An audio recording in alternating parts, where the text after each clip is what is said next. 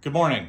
I wanted to make a quick and dirty video this morning about my wildlife rig that I use for videography.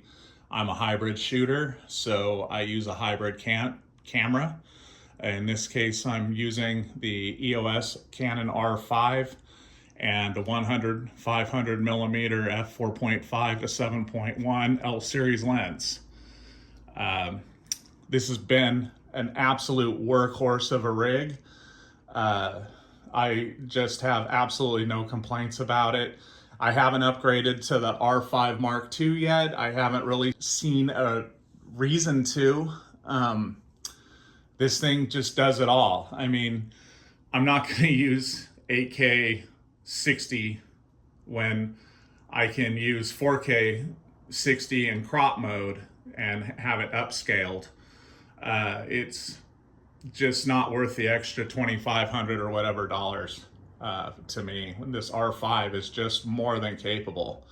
So yeah, I get a lot of questions about what I shoot my videos with.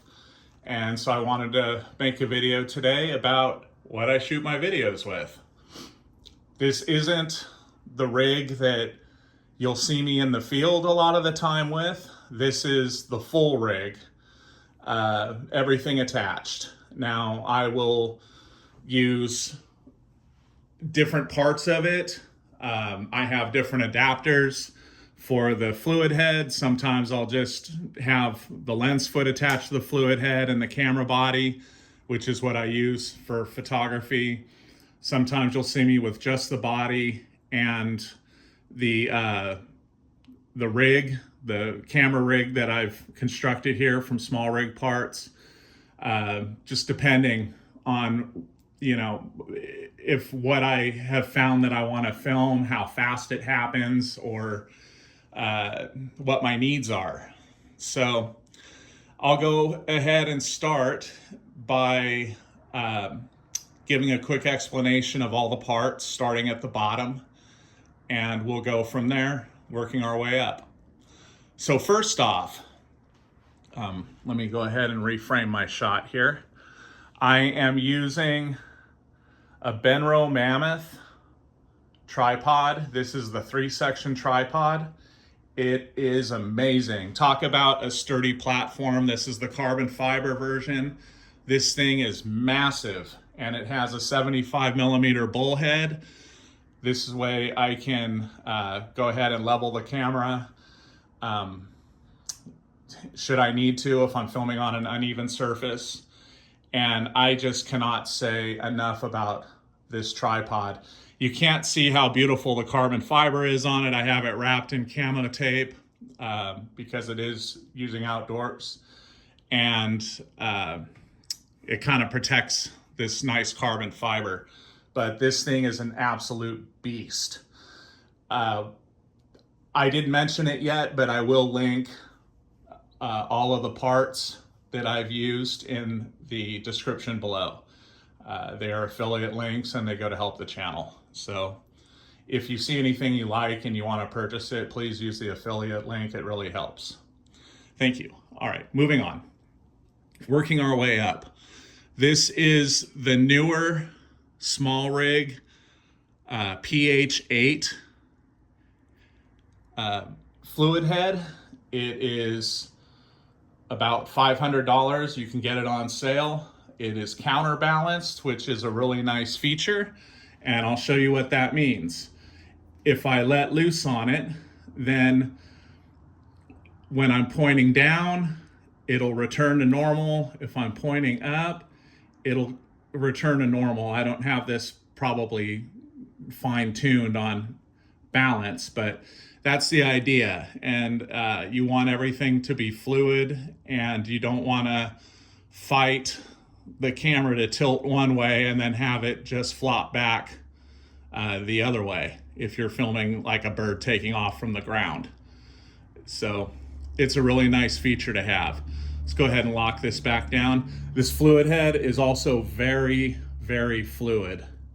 Has a nice handle on it, and it's a really nice fluid head that I just can't say enough good things about.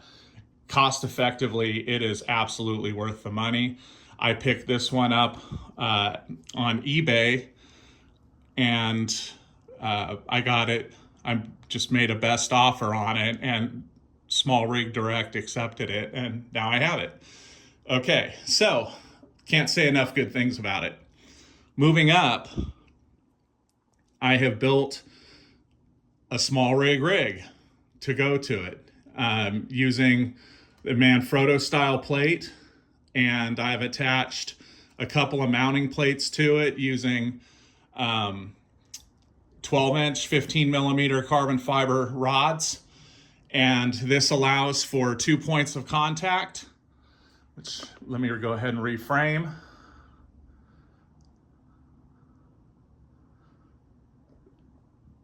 There we go. It allows for 2 points of contact on the camera body. This is important. It clamps to the Smallrig cage, which in this case I'm using the Smallrig battery grip cage. I like to have a battery grip because I am a hybrid shooter, and sometimes I'll pull the camera off and handheld, and I don't want to have to switch batteries. Filming in 8K and 4K 120 can eat your batteries up. This is my way to counter that. The second point of contact is on the lens. This ensures that the weakest point on the camera is no longer the lens mount. Now, that's important because after you've had these things for a few years, you know, it's rolled around in the back of the truck and it's seen some action, and it can get a real tiny jiggle, but you can't necessarily see it, but you can kind of feel it if you try to jiggle it. But you can definitely hear it in your audio. So this eliminates that by having 2 points of contact. And I really love that. So moving on, I am using the Smallrig cage. It is a battery grip cage, and it's very standard. Really like it. Has lots of points of attachment. I added a NATO rail attachment up top that uses the ARRI attachment, so it's automatically centered and just very easy. I use the detachable camera strap, which is pretty handy because I don't like to have a camera strap on me when I'm on the video rig, and it's nice to be able to take that off. Moving on up, well, let's go ahead and discuss the V-mount. So this is a nice option to have. It's not necessary with the battery grip, and if you have the Sony MP batteries, you can run the Atomos Ninja just fine out in the field. But if you're going to be stationary for a while and you don't know when the action is going to pop off, then it's nice to have V-mount because you can let this thing sit and run most of the day. And in this case, I'm using the Smallrig V-mount battery plate. It is compatible with USB-C, so it can charge the Canon R5 directly, and when it's off, it automatically charges these batteries. When it's turned on, this is an example right here, that lights up green and it is powering everything. It'll power the Atomos Ninja or the camera directly off of the V-mount battery. These batteries are relatively cheap, but they're very well made. This one is a Raytrick and it's a BP95, and I can use this most of the day. I got a couple of these, but it's a nice option to have. Like I said, it's not mandatory, but you know, if you are powering a rig like this and you're going to be shooting in 4K 60 or 4K 120 or 8K for a long period of time, it's nice to not have to take a break to swap batteries out. So moving on, I do have the wood Smallrig handle. Like I said, it's not necessary, but I like the aesthetic. It's nice to use this and not have to have a top handle, because the top handle would put the monitor way up here. And so I can carry the camera by this. It's a nice sturdy handle. It's not going anywhere. And I really like it. It gives me other options also, because if I want to loosen this clamp and then pop this lens off and then put on another lens, then I can use this as a handheld rig relatively easy, using this and control it in a run and gun situation. It's just really handy. So I like it. It does have an Allen key in there, and I have an extra spot to mount a microphone if I am in a run and gun situation. Generally, I'm not using the DJI wireless out in the field. I kind of use it for these situations, but out in the field, I like to use a shotgun mic. And the one that I go to typically is this Rode Video Mic Go 2. I have the mount turned sideways. I can mount it right into this clamp mount here very easily. It slides right in, and then I can just plug it in. And then if I want to switch to shooting, all I have to do is unplug these three things, and I can pick the camera up off of the rig and just use the camera by itself. Nice thing to have. Also, these get way better sound than what just records into your camera. So if you don't have a boom mic, this is a great one. This is the Rode Video Mic Go 2. It has USB on it and regular analog. I just use the analog. I don't think you can use the USB for audio on the Canon R5. Let me go ahead and put this away. Okay, so now on to the gear. As I stated before, this is an EOS R5. It shoots 8K, 4K 120, etc., etc. I love this Canon RF 100 to 500 f4.5 to 7.1 super telephoto zoom lens. It is amazing for video.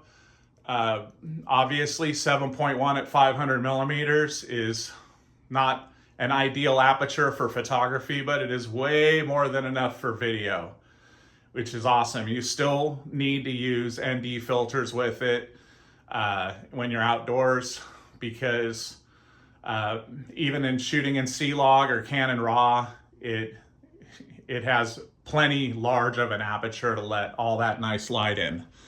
I'm using an Atomos Ninja from time to time. I don't like to shoot 8K RAW in camera.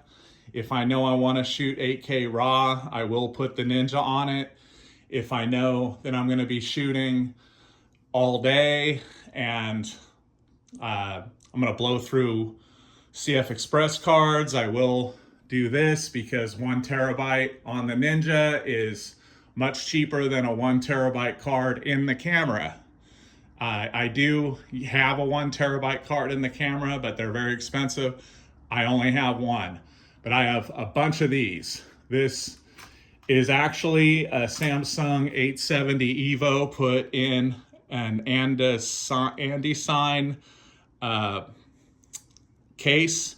They call it lunchbox, and it is just standard SATA. Oops, dropped it. But that's the beautiful thing about it, is that it is very, very sturdy. It's all aluminum, and it is SATA, so it plugs into your computer just like any other hard drive, and then it fits in to the Atomos Ninja very, very easily. There we go. Slides right in. Now, if I want to use the Ninja as just a monitor and not record to the hard drive, you can just pop that out and you can use the Ninja just as a monitor. It's really nice to use as a monitor, because you can use all the various LUTs that you need. Like, I shoot my log in 4K 60 C-Log 3, and I'll usually use BT 2020 if I'm shooting Canon log. Let's see, I try to turn that on, but maybe it didn't want to turn on yet. Oh, because I haven't fired up that. All right, there we go. So I use, as I said, BT 2020. Now, the great thing about the Atomos Ninja, this is the V Plus version, is that I can go there and I can choose which LUT. So if right there it says BT 2020 C-Log 3, so that way I know exactly what my exposure is, what my footage is going to look like without having to guess or look at that flat C-Log profile. So let's go ahead and close that out. It's just a nice thing to have. And I think that about wraps it up. This has been a fun video to make. I just really enjoy wildlife photography, and I really enjoy sharing my wildlife photography with you guys. And I'm grateful for all of you who subscribe and enjoy my videos. And you can count on a lot more this year.